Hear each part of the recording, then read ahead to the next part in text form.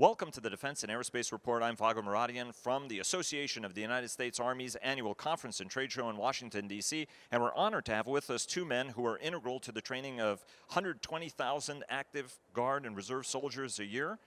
Major General Anthony Funkhouser and Command Sgt. Major Mike Gragg of Initial Military Training, and you guys are headquartered at Fort Eustis. Gentlemen, thanks for joining us. Thanks for having us, Vago. Absolutely. Thanks.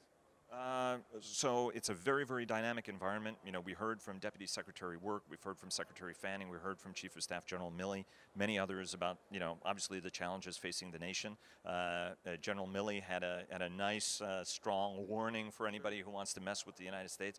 But it is a dynamic environment. There are an enormous number of threats.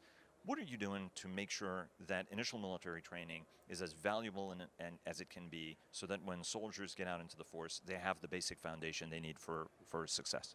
Sure. So General Perkins, our trade-out commander, and General Milley have given us guidance to basically generate individual readiness at the level of initial entry training. So what we're trying to do is take those civilians, bring them into the force, train them, to be able to do their warrior tasks and battle drills, to be able to do their military occupational skills, and then provide that product of a certain level of individual readiness to their first unit of assignment, and they can plug right in and take off to do collective training. How are you, Command Sergeant Major, you know, you went through that training in 1989. How different is the curriculum today than it was in your day? The curriculum has changed because the nature of warfare has changed. So we have adapted to the nature of warfare and increased the level of rigor and that we add to the physical fitness and also to marksman training. So inherently what we're trying to do is produce a better soldier for the force to receive, so that the day the soldier gets to the unit, he or she is ready to go and defend his Constitution.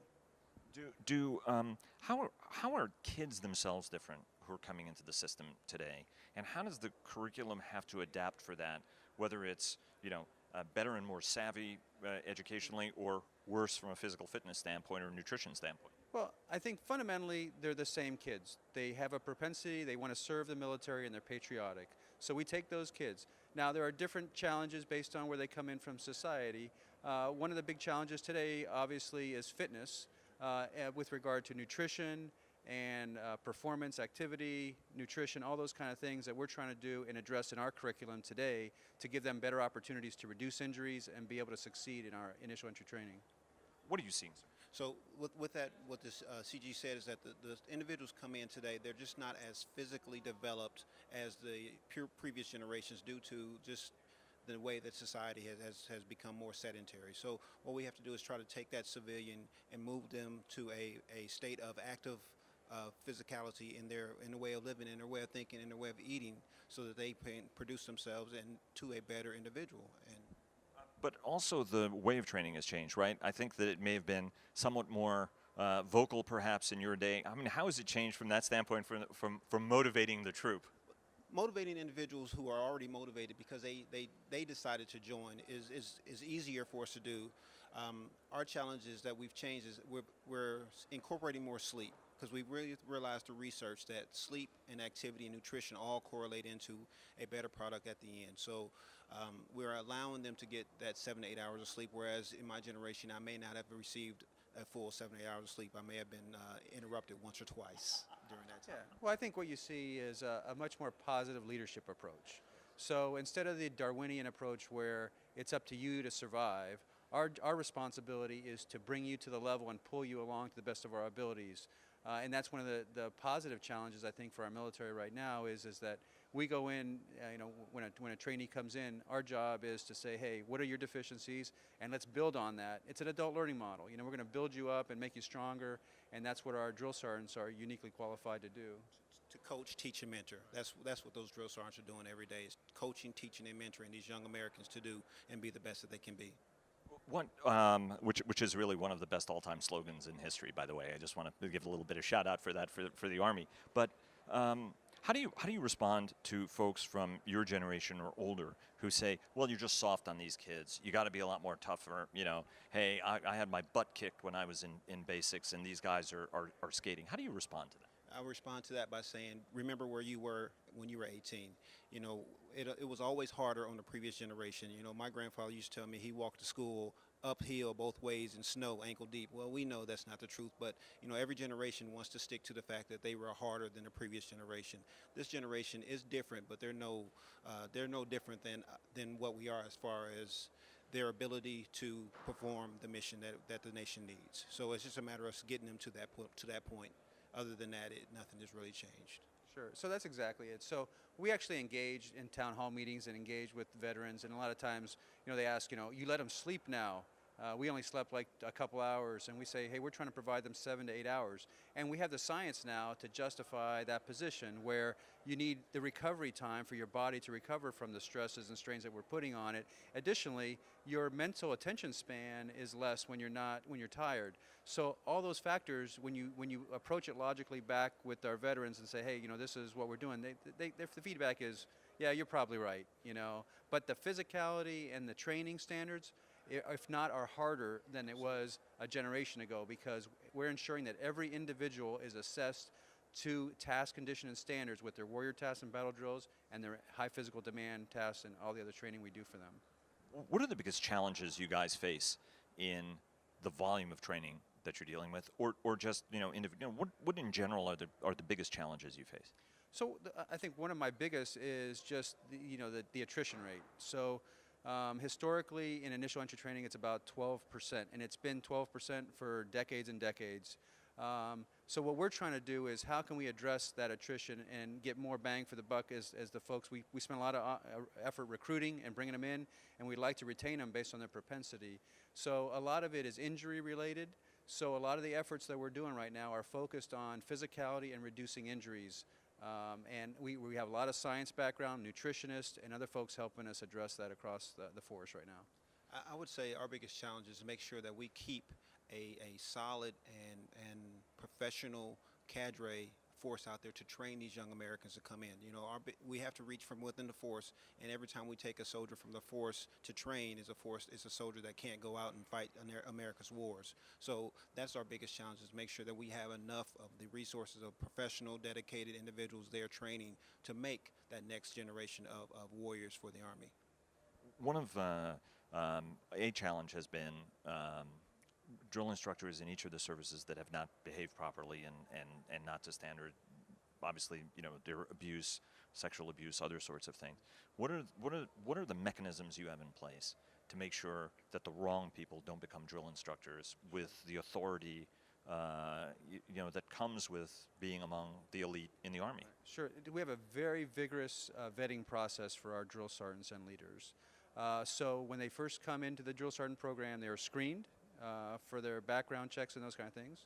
Then you have a behavioral health specialist that will interview them before they go into the program. They go through all the training, they receive it, and then there's a number of organizations, external agencies to the Army that will vet them as well before we even put them in a position of special trust and authorities. And at the Drill Sergeant Academy itself, not only do we have our professional drill sergeant leaders that are there training them, but we also have a psychologist there that is also around and observing training to see if there's individuals there that are exhibiting any type of indicators that they may be willing to abuse or take advantage of their authority to their own personal desires and needs. One of the other questions that comes up from folks is, well, there's so much so much more training now that's required, mandatory things that you have to tick off the box, whether it's sexual harassment training, which everybody acknowledges is an important thing. What are the parts of that need to be in that initial military training? And what are parts that can be shifted, outside? And then there are some people who say, honestly, you don't even need to tell people that. If you didn't learn that coming into the force shouldn't be telling you that, and the way it treats you is by throwing you out, basically. What's the right balance there? Sure. No, we review the program of instruction every couple years actually, and we look at the world around us, the environment, we talk to the proponents from each of the branches and make sure that we are incorporating the needs of the Army based on what we need as a product. So we looked at 350-1 series, and there are a number of things that we're required to train, whether it's sexual harassment, assault training, those kind of things, which have been sprinkled throughout, and that's an important part of this because civilians come from different parts of the country and have different value systems, so we're trying to calibrate them to the Army values up front. And then in this last iteration, we took out a few hours, actually more than a few hours of 350-1, which included personnel recovery, the enlisted professional military education program and things like that, things that we didn't really need there, and we recognized it. We had that discussion, got it approved from our higher headquarters, and we were able to remove it and pass that on to the collective unit, and then allowed us to open up some marksmanship and some other things to increase soldier readiness, which is the most important thing we're trying to get in basic training.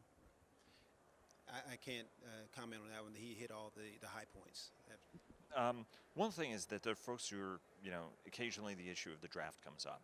That this would be, a great thing. It's a great mechanism for society, again, to sort of set benchmarks.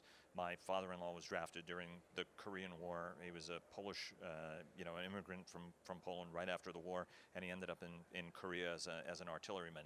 And one of the things he said is, look, what's great about the Army is everybody was equal in the Army, and we, I met people that I would not have otherwise met and interacted with. And so there are those folks who say, hey, you know what, some sort of national service model, is it a draft or something else?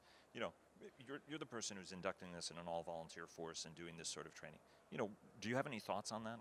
I don't. I mean, I defer that to the policymakers, obviously. Our biggest thing is to make sure that we take whoever we get and provide them the opportunity to serve in the military. And I think what we're trying to do across the board is get away from those gender perception issues and make everything based on the requirements and the tasks associated with what we do in the military. And then that's the fitness level we expect of people, and those are the training requirements we expect of you. And it just makes it equal for everybody. So what makes the America's Army so good and the best Army in the world is the fact that everybody wants to be here. So, if we go back to a conscript service where we're forcing people into service, into the Army or to the Marines or any other service, you're looking at that segment of population that would be there not because they wanted to be there, and they would end up eroding some of the pride and the esprit de corps within the organization. So the fact that we are a all-volunteer force helps us to achieve our level of professionalism. Before I let you go, there's a very important game that's coming up later this year, which you may have somewhat of a passing interest in, given that you went to West Point in 1985. How do you think it's going to go this year? I think Army's going to win, so I would say go Army, beat Navy.